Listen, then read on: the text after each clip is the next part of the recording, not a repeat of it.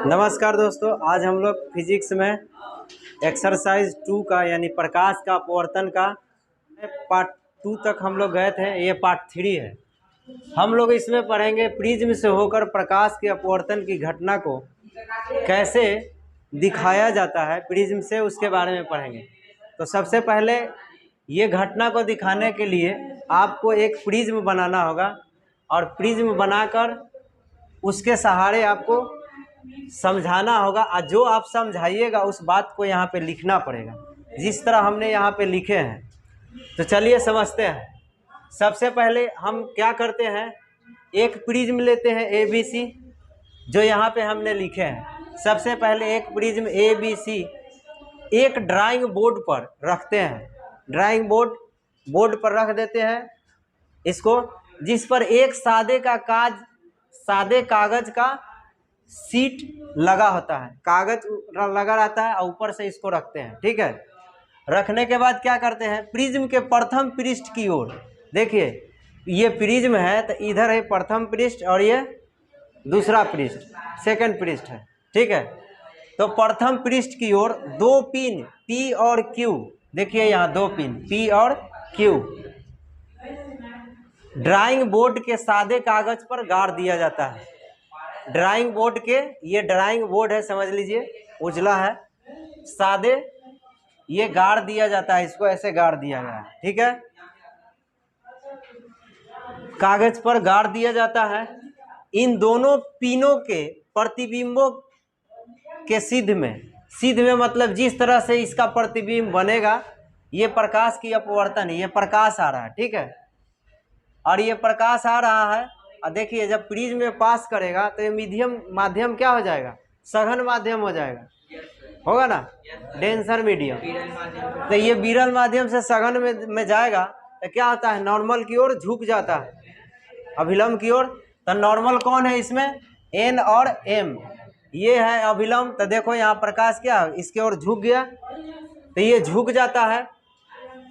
तो क्या लिखा है, इन दोनों पिनों के प्रतिबिंब के सिद्ध में प्रिज्म के दूसरे पृष्ठ की ओर दो पिन R और S इस प्रकार से गाड़ते हैं कि चारों पिन एक ही सिद्ध में हो।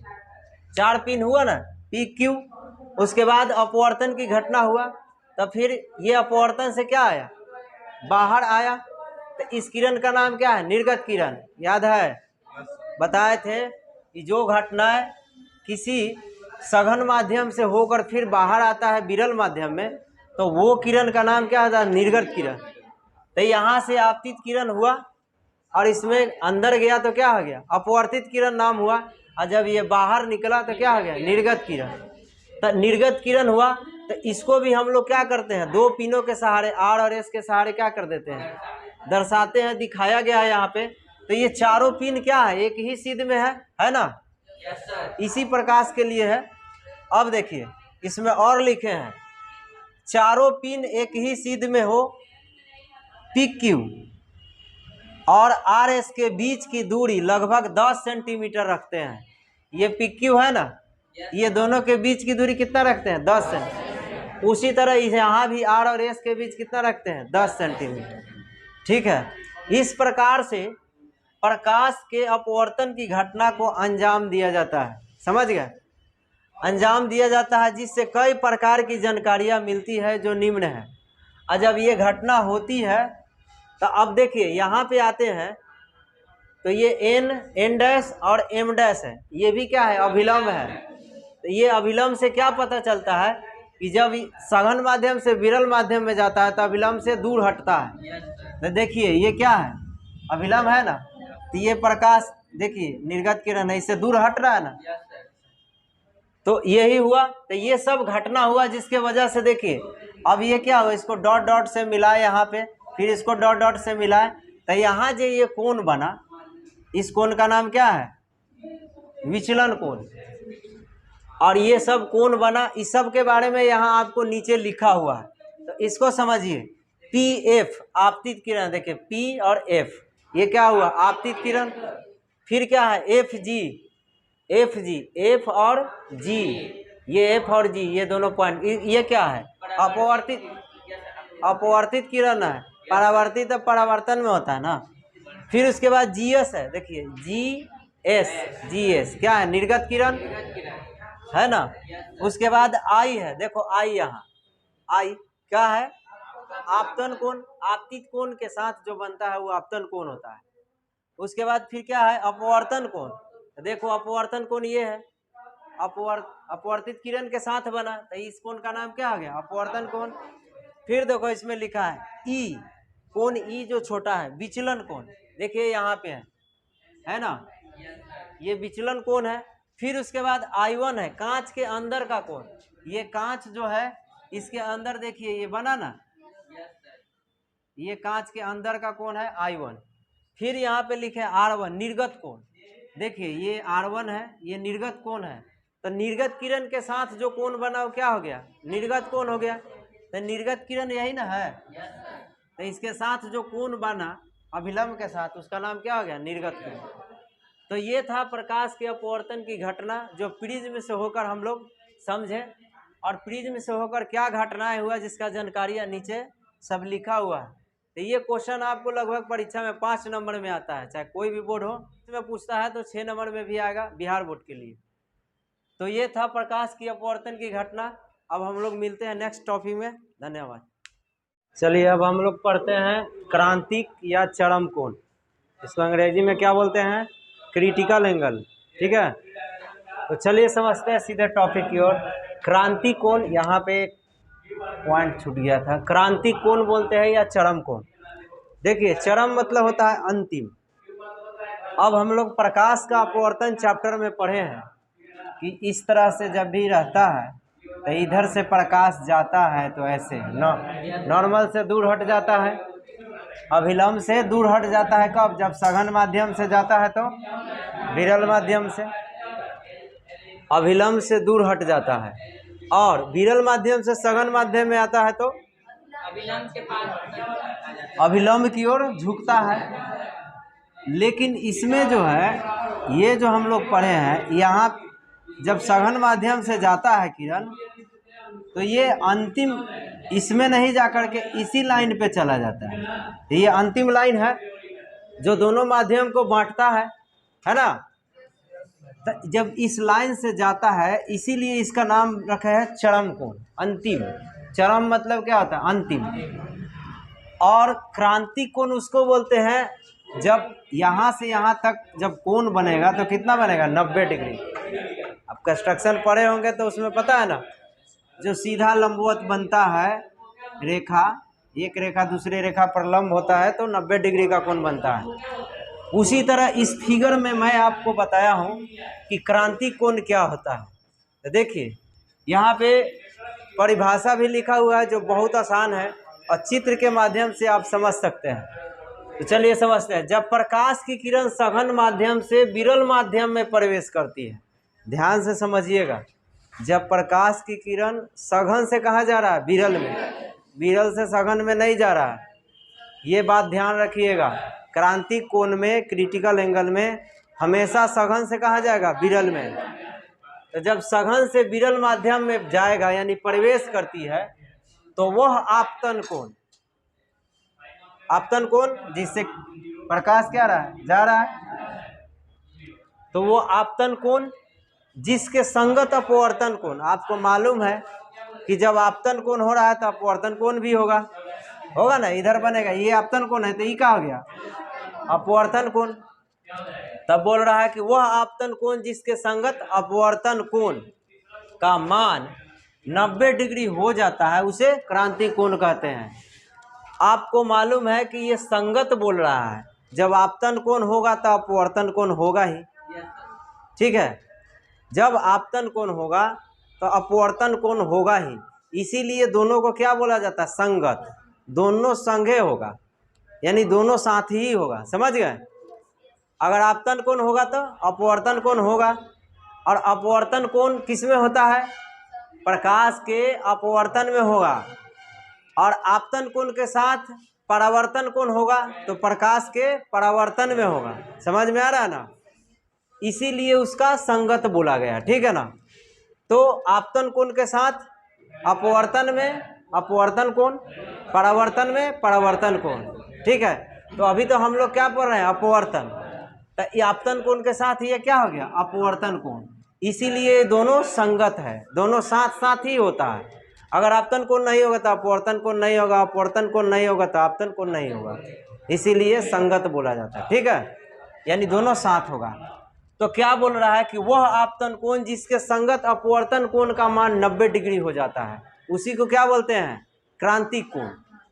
तो देखिए अर्थात में लिखे NOB बराबर 90 डिग्री, ये NOB 90 डिग्री हुआ ना, इसी को हम लोग क्या बोलते हैं, क्रांतिक कोण। देखिए होता क्या है, जब प्रकाश की किरण, आप देखिए अब थोड़ा सा इधर से एंगल बना के ऐसे प्रकाश की किरण जा रहा है तो ऐसे जाएगा, फिर ऐसे छोड़ेंगे तो कुछ ऐसे आएगा, और फिर ज़्यादा ही दूर चले जाएंगे तो इसके क्या हो जाएगा, सीध में चल जाएगा, एकदम इसी लाइन पे चला जाएगा, जो माध्यम को अलग कर रहा है उसी लाइन पे सीधे चला जाएगा।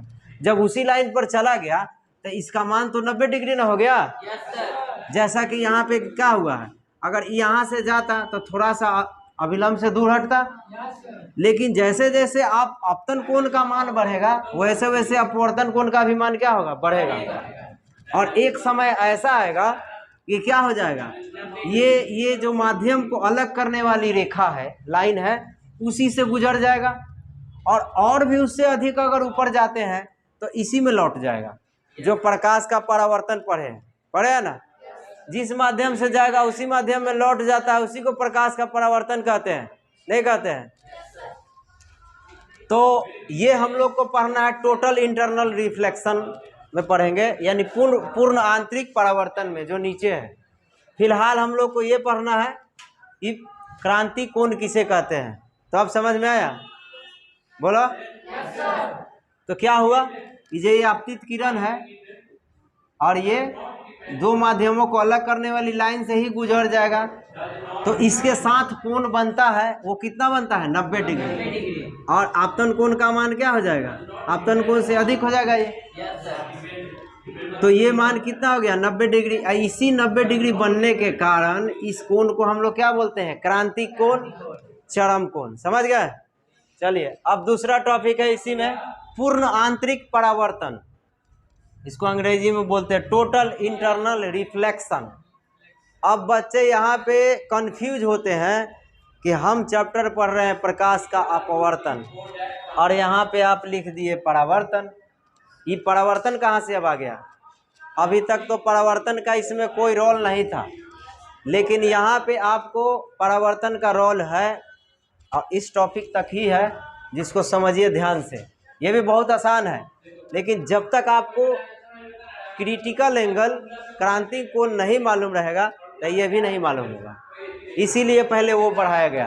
ठीक है, तो चलिए अब क्या है, पूर्ण आंतरिक परावर्तन, टोटल इंटरनल रिफ्लेक्शन। हमने यहाँ पे लिखा है जब क्रांतिक कोण से आपतन कोण का मान क्या हो जाता है, अधिक हो जाता है, तो वह प्रकाश किरण दूसरे माध्यम में न जाकर क्या होता है, उसी माध्यम में प्रकाश के परावर्तन के नियम को पालन करते हुए परावर्तित हो जाती है, लौट जाती है। समझ गया। अतः इसी घटना को क्या बोलते हैं, पूर्ण आंतरिक परावर्तन, यानी कि जितना किरण गया था सब एकरे में है, लौट जा रहा है। क्यों लौट जा रहा है, क्योंकि क्रांतिक कोण से क्या हो जा रहा है, ज्यादा मान हो जा रहा है। देख रहा है, हम क्या बताएं कि अगर ये नॉर्मल है, अभिलंब है, इससे जितना दूर जाएंगे ये आपतन कोण का मान बढ़ते जाएगा। एक समय ऐसा आएगा कि क्या होगा, उसी माध्यम में क्या हो जाएगा, लौट जाएगा। तो ये माध्यम क्या है, सघन माध्यम न है, ये सघन माध्यम है। तो आपको मालूम है कि जिस माध्यम से प्रकाश की किरण गया उसी माध्यम में लौट जाता है, तो ये प्रकाश का परावर्तन का नियम पढ़े है ना, पढ़े। अरे यार ये लाइन है, ऐसे किरण आता था लौट जाता, प्रकाश के परावर्तन है, तो जिस माध्यम से उसी में लौट गया, ये प्रकाश का परावर्तन होता है। उसी तरह ये भी ना हो गया, इस सघन माध्यम से गया, सघन माध्यम में ही लौट गया। क्यों लौट गया, क्योंकि आपतन कोण का मान क्या हो गया, क्रांतिक कोण से अधिक हो गया। क्रांतिक कोण यही ना है 90 डिग्री, लेकिन इसका पूरा हो गया, हुआ ना। तो ये हो गया आपका पूर्ण आंतरिक परावर्तन। और इसका क्रांतिक कोण से मान अधिक हो गया आपतन कोण का, इसीलिए क्या हो गया, ये जो किरण जाना चाहिए किस माध्यम में, विरल माध्यम में, लेकिन नहीं गया और इसी माध्यम में लौट गया। इसी को क्या बोलते हैं, पूर्ण आंतरिक परावर्तन। समझ गए, परावर्तन हो गया, पूर्ण मतलब सब, अब जितना भी किरण इससे जाएगा सब इसी में लौट जाएगा। समझ में आया? तो ये था पूर्ण आंतरिक परावर्तन। अब हम लोग, अब परिभाषा आप समझिए गए हैं। अब मिलते हैं नेक्स्ट टॉपिक में। चलिए अब हम लोग पढ़ते हैं, पानी भरे टब में गिरा हुआ सिक्का ऊपर उठा हुआ क्यों दिखता है। ये हम लोग को फिजिक्स का सवाल है और प्रकाश के अपवर्तन की घटना से संबंधित क्या है, सवाल है, जिसको आंसर समझना है, बहुत आसान है, ध्यान से समझिएगा। सवाल पूछने का तरीका भी अलग टाइप से हो सकता है। जैसे हमने यहाँ पूछा है कि क्या कारण है कि पानी भरे टब या बाल्टी में पेंदे पर रखा हुआ सिक्का ऊपर उठा हुआ दिखता है।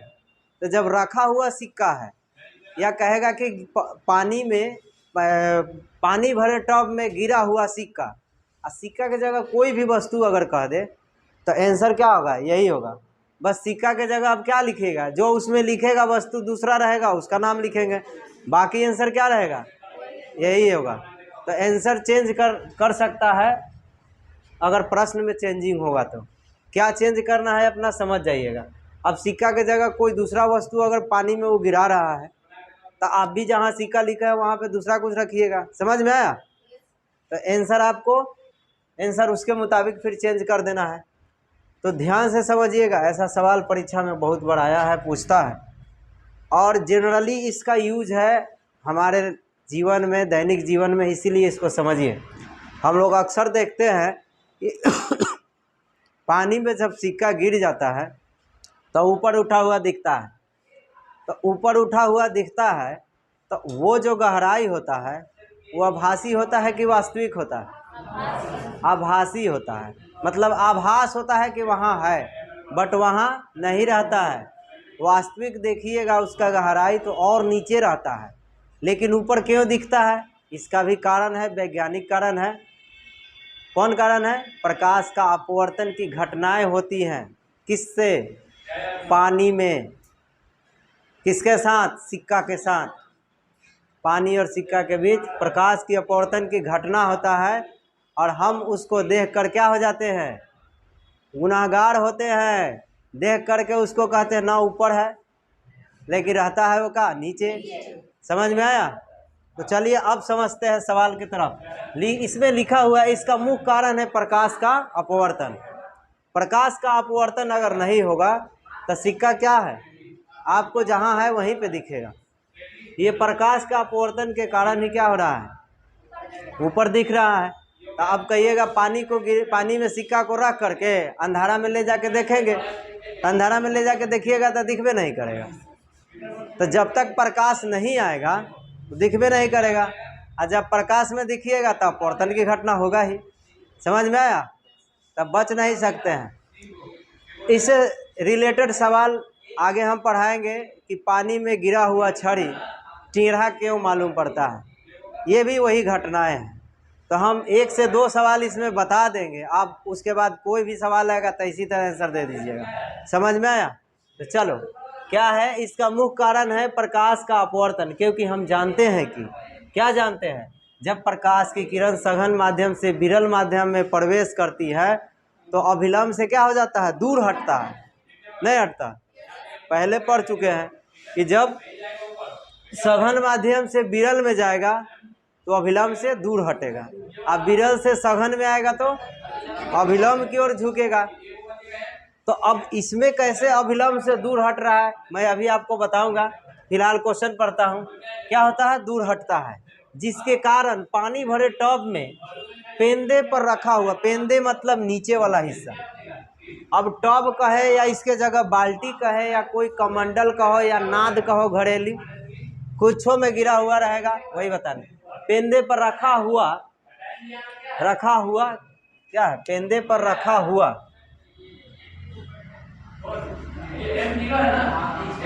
रखा हुआ सिक्का यहाँ छूट गया है, सिक्का ऊपर उठा हुआ दिखता है। समझ में आया? क्या लिखे? पेंदे पर रखा हुआ सिक्का ऊपर उठा हुआ दिखता है। किस कारण से? प्रकाश के अपवर्तन की घटना से। अपवर्तन की घटना होती है तभी क्या होती है? सघन माध्यम से विरल माध्यम में क्या होता है? अभिलंब से दूर हटता है, जिसके कारण सिक्का की आभासी गहराई मालूम पड़ता है वास्तविक के बजाय। समझ गए? अर्थात मनुष्य को वास्तविक गहराई के बजाय क्या मालूम पड़ता है? आभासी गहराई। समझ में आया? आभासी गहराई वो होता है जो आभास होता है, रियली नहीं होता है। रियली मतलब क्या? रियल मतलब क्या होता है? वास्तविक। और आभासी का मीनिंग क्या होता है? वर्चुअल। वर्चुअल मतलब आभास हो रहा है। तो अब चलिए इस फिगर में देखिए, ये प्रकाश की किरण है। और जब किरण है, जब प्रकाश में रखिएगा इसको तब ना दिखेगा नीचे सिक्का गिरा हुआ है बाल्टी में या नाद में, कुछो में बोलिए, टॉप में। तो ये प्रकाश की किरण है, तो ये प्रकाश जा रहा है जिसके वजह से आप सिक्का देख रहे हैं, और देख रहे हैं आप यहाँ से। तो आप बताइए आप किस माध्यम में है? सघन में है कि विरल माध्यम में? सघन में। आप विरल में ना है, सिक्का कहाँ है? सघन में है। तो आप और सिक्का के बीच का माध्यम क्या हो रहा है? चेंज हो रहा है। चेंज हो रहा है तो क्या दिखेगा? टेढ़ा तो दिखेगा ही। टेढ़ा दिखेगा जिसके कारण उसका अपवर्तन की घटना होगा। अपवर्तन की घटना के कारण ही ना टेढ़ा दिखेगा। तो टेढ़ा दिखेगा तो आपको क्या होगा? आप यहाँ है और ये सिक्का पानी में है, तो पानी क्या हो गया? सघन माध्यम, और आप विरल माध्यम में। तो सिक्का को अब यहाँ से प्रकाश आया, सिक्का तो यहाँ पे है, देखिए यहाँ पे, लेकिन आपको पता है कि यहाँ क्या होगा? अभिलंब।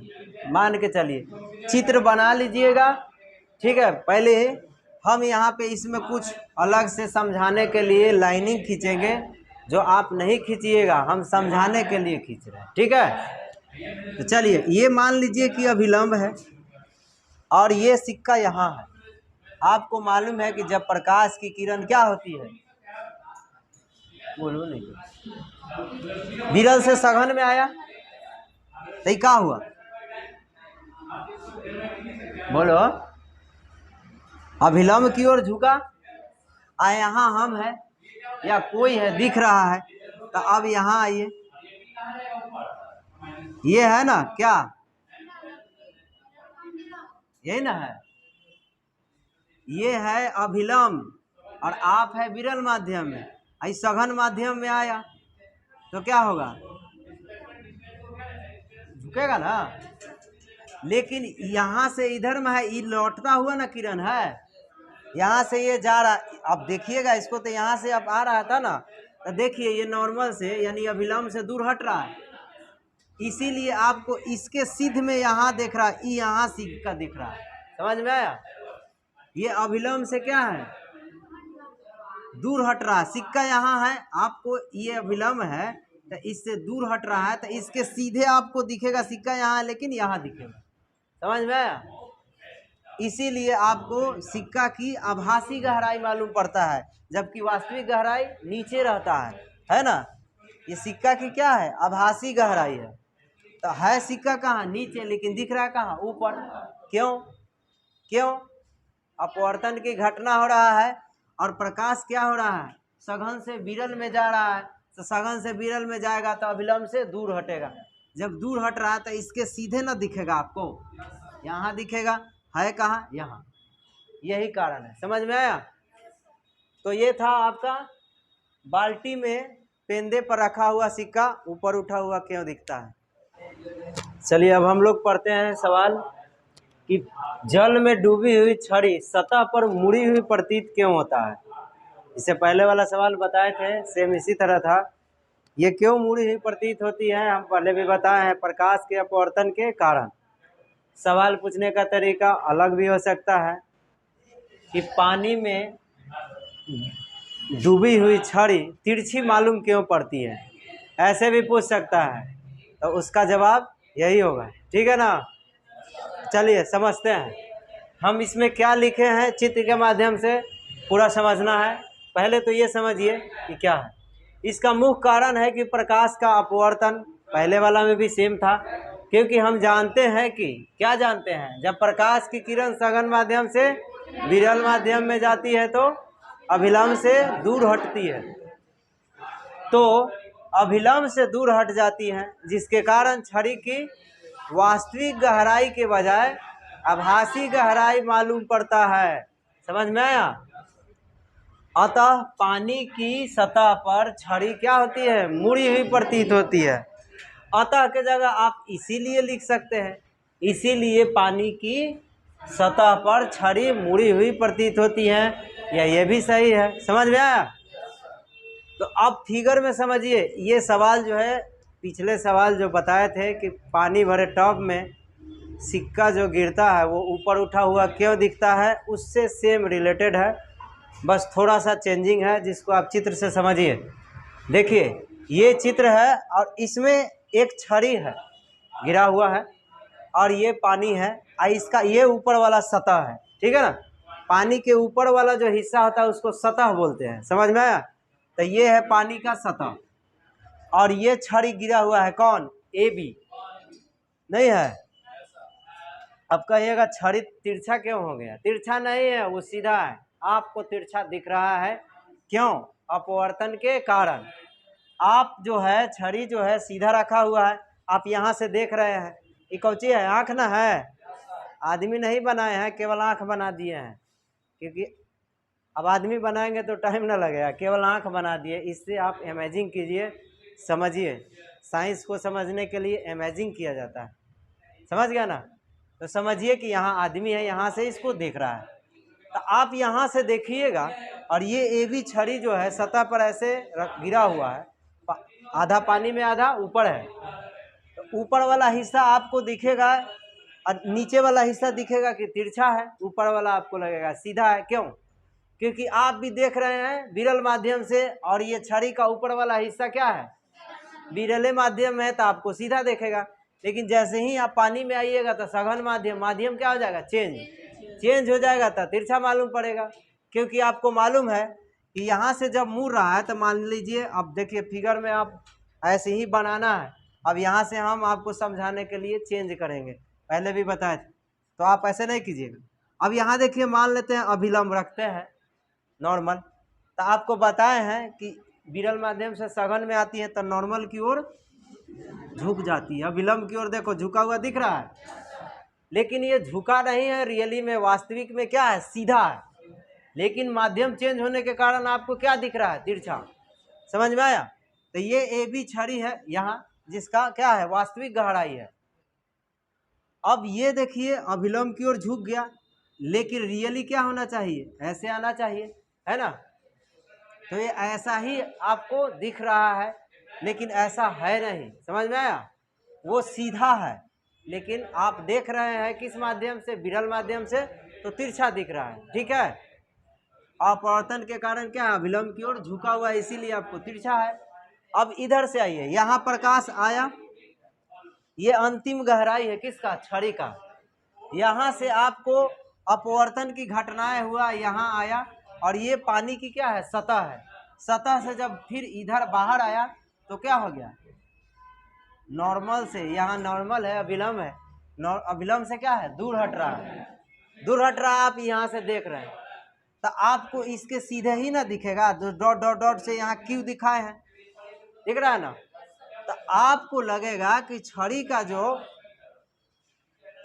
जो गहराई है वो क्या है? क्यू है, लेकिन है क्या? बी। समझ में आया? तो ये अपवर्तन की घटनाएं है। तो आप देखिएगा किस माध्यम से? विरल से किस में? सघन में।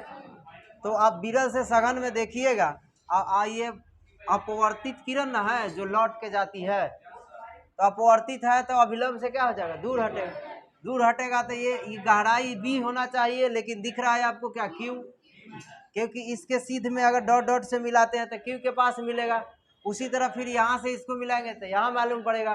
तो आप यहाँ देखिएगा बी को क्या देखिएगा? क्यू के पास है, ठीक है। तो आपको लगेगा कि छड़ी की जो गहराई है और लंबाई जो है, गहराई क्या है? क्यू है, और टोटल लंबाई एक क्यू है, लेकिन ये क्यों नहीं है?